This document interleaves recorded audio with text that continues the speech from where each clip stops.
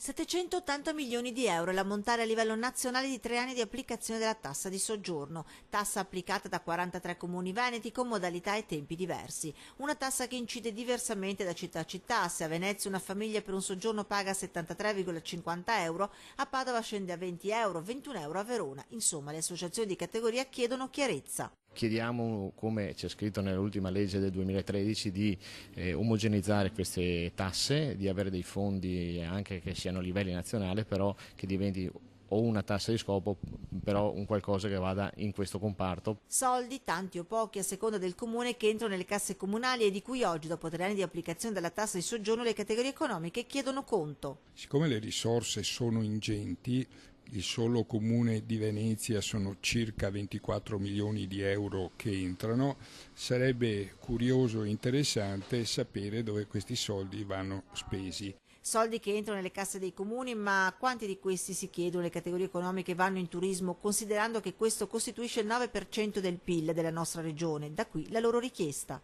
Una parte appunto di queste risorse entrate dalla tassa di soggiorno dovrebbero essere investite per rilanciare in modo più efficace il turismo nella nostra regione.